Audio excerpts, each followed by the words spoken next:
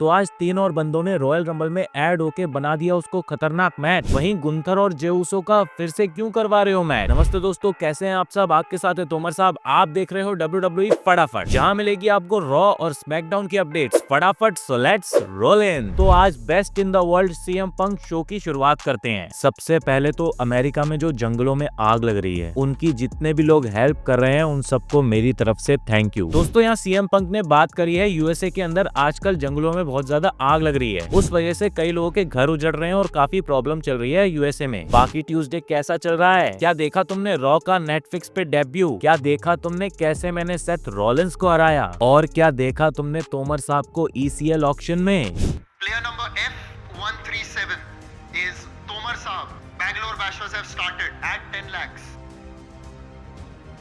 Bangalore Bashers at 10 lakhs. Bangalore Bashers have the bid. Okay, you're out. Okay, Bangalore Bashers sold.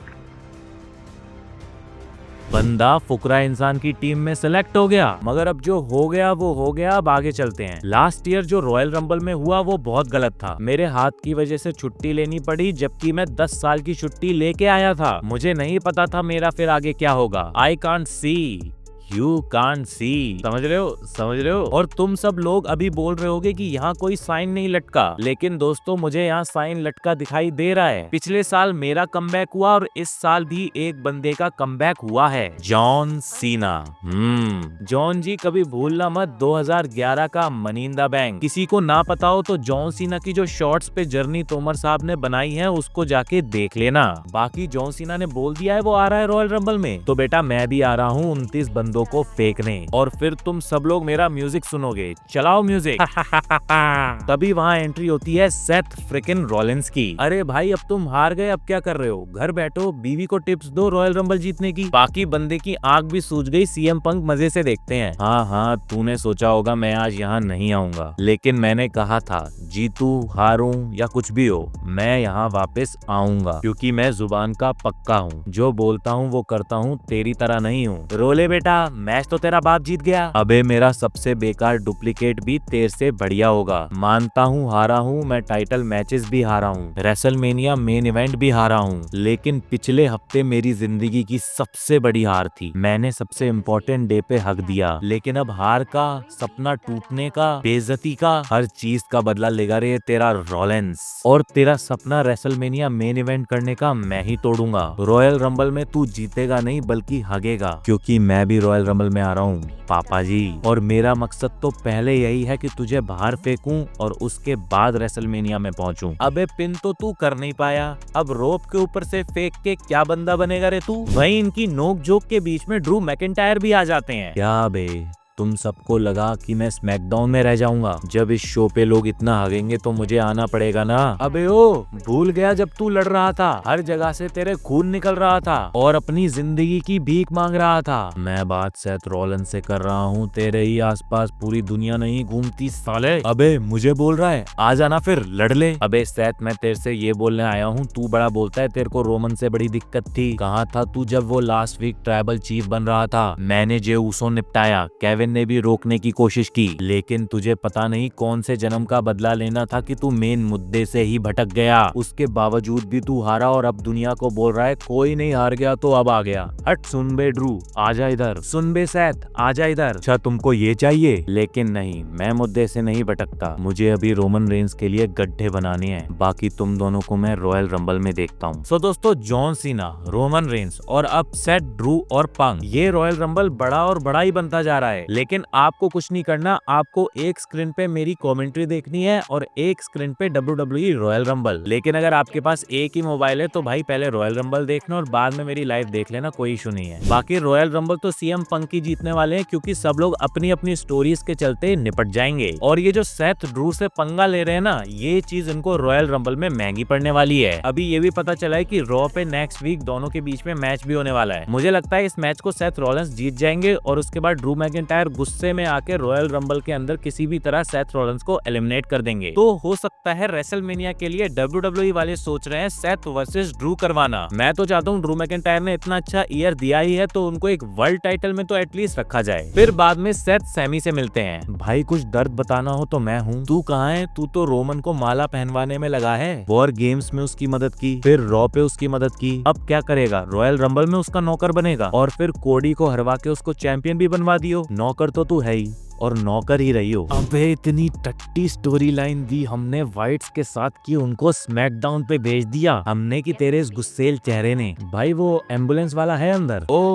ओ देखो world champion Sami आए हैं। अबे इस दातूने के साथ मिस तू भी नकारा ही हो गया है। ओ मैं 2 बार चैंपियन रहा हूँ, तेरे से 2 बार ज्यादा चैंपियन रहा हूँ और हमेशा रहूंगा, समझा? मैं जा तो किसी और काम से रहा था लेकिन अब तू बेटा मेरे को रिंग में मिल। फिर मिज और सैमी का एक फिलर मैच रखा जाता है जिसके अंदर सैमी ज़ेन जीत जाते हैं। अब 3 घंटे की रॉ का ये तो नुकसान है, कभी कभी फिलर मैचेस भी रखने पड़ जाते हैं। फिर नए मास्क वाले बंदे पेंटा की एंट्री होती है AEW से सीधा WWE में। मैच को तो ऑब्वियसली पेंटा को ही जीतना था लेकिन दोस्तों चैट गेबल से अच्छा इस बंदे को थोड़ा हील कैरेक्टर दिया जा सकता था और फिर रे मिस्टीरियो के अगेंस्ट इस बंदे की एक स्टोरी लाइन दिखाई जा सकती थी। आप लोगों को क्या लगता है पेंटा की स्टोरी लाइन किसके साथ बढ़िया जमेगी? कमेंट बॉक्स में बताइए। वहीं जजमेंट डे में आज लिव मॉर्गन को डोमिनिक मिस्टीरियो फूल देते हैं और लिव मॉर्गन बोलती है मेरे बैग गाड़ी में से लेके आ। वहीं फिन बैलर डोमिनिक को बोलते हैं भाई ये क्या कर रहा है, ये क्या हो रहा है, हमारे ग्रुप को क्या हो रहा है, तेरे को क्या हो रहा है, ये ग्रुप में हो क्या रहा है? इनकी स्टोरी किस डायरेक्शन में जा रही है भगवान जाने। हर हफ्ते ये ग्रुप परेशान ही नजर आता है जबकि हर मैच के अंदर इनके 4-4 बंदे घुसते हैं। आज भी डेमियन और फिन के बीच में एक स्ट्रीट फाइट मैच होता है। ये मैच नो डाउट दोनों बंदे बढ़िया डिलीवर करते हैं। पहले सुप्लेक्स स्टेयर्स से सीधा टेबल पे, फिर बैलर को स्ट्रेचर पे ले जा रहे होते हैं लेकिन प्रीस्ट बोलते हैं आज नहीं। प्रीस्ट पे भी जजमेंट डे अटैक करती है। वहीं फिर वॉर रेडर्स आके डेमियन प्रीस्ट को बचाते हैं। इस सब के बीच में डेमियन प्रीस्ट जीतते हैं और अब तो निपटारा कर लो अपना भाई। अब मुझे लगता है फटाफट से फिन बैलर को इस स्टोरी में से निकालो और इंटरकॉन्टिनेंटल चैंपियनशिप की स्टोरी में डालो। वहीं उसके बाद लुडविक और शेमस के बीच में भी आज मैच होता है जिसको शेमस बड़े आराम से जीत लेते हैं और फिर ब्रॉन ब्रेकर के साथ में उनकी धक्का मुक्की हो जाती है जिसके बाद सैटरडे नाइट मेन इवेंट में दोनों के बीच में मैच सेट हो चुका है। सैटरडे नाइट मेन इवेंट में मैच सेट हुआ है,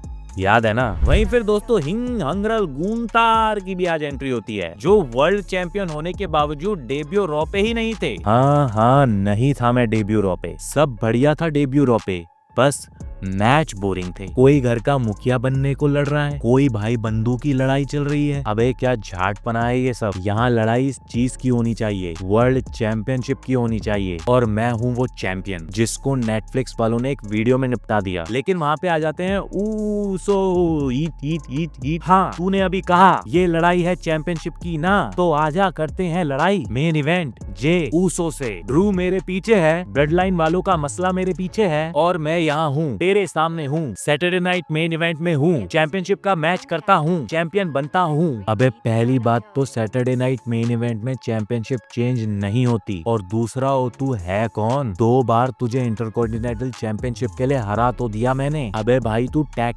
टीम चैंपियन बन लेना जाके। भाई तू मेरे लेवल का आदमी नहीं है, बस तेरा निकनेम है मेन इवेंट। मैं हूँ मेन इवेंट और तुझे मैच करना ही है तो ले ले और मुझे जाने दे। अभी रुक जा भाई रुक जा, बहुत बेइज्जती हो गई मेरी। सही कह रहा है तू, मैं ईटी करता हूँ और ये टी शर्ट बेचता हूँ लेकिन इस सैटरडे नाइट को तुझे पता चल जाएगा कैसे एक tag team champion singles champion बनता है। भाई बहुत अच्छा प्रोमो दिया आप दोनों ने, बहुत अच्छा मैच भी आप डिलीवर कर सकते हो लेकिन मुझे सैटरडे नाइट मेन इवेंट से बिल्कुल भी उम्मीद नहीं है। मुझे पता है ये एक मजाक है और इस टाइम जे ऊसो को चैंपियन बना के ज्यादा कुछ उखाड़ भी नहीं पाएंगे। जे ऊसो के लिए सबसे बेस्ट है money in the bank briefcase को जीतना और उसके बाद रेसलमेनिया में जाके चैंपियन बनना। वहीं दोस्तों वुमेन्स आईसी टाइटल का फाइनल जो पिछली रॉ पे होना था वो इस रॉ पे होता है। मैच को लायरा वेल्किरिया जीत के फर्स्ट एवर आईसी चैंपियन बनती हैं। डेकोटा काय का तो मैंने आपको पहले ही बताया था कि इंजरी के चलते उनको तो चैंपियन बिल्कुल नहीं बनाया जाएगा। वहीं रिया रिप्ली आज रिंग में आती है। मैं एक्साइटेड था कि अब नेक्स्ट ओपोनेंट कौन होगा रिया रिप्ली का। तभी वहाँ पे आ जाती है नाया जैक्स। अरे बहन एक टाइटल रीमैच नाम की भी चीज होती है, कोई धोखा दे तो उससे बदला भी लिया जाता है। स्टोरी लाइन नाम की भी चीज होती बोलती है आपको पता है, मुझे नहीं लगता आपको पता है, तभी तो रॉ पे आ गई। बोलती है कि वो रॉयल रंबल जीतने वाली हैं। गलती से रॉ पे तो आ गई हो, गलती से मेंस रॉयल रंबल में मत घुस जाना। इस बार रैंडी ऑर्टन के आरक्यू के साथ में सीएम पंक का जीटीएस भी पड़ जाएगा। बाकी फिर इनके सेगमेंट में बेली और रेया रिप्ली की थोड़ी बॉन्डिंग दिखाई गई है और नया जैक्स के साथ में राइवलरी। अब लगता है सैटरडे नाइट मेन इवेंट के अंदर इनका भी एक मैच डाल दिया जाएगा टाइम पास के लिए। तो दोस्तों ये थी आज की रॉ। अब मिलते हैं आपसे नेक्स्ट स्मैकडाउन पे, तब तक के लिए सायोनारा।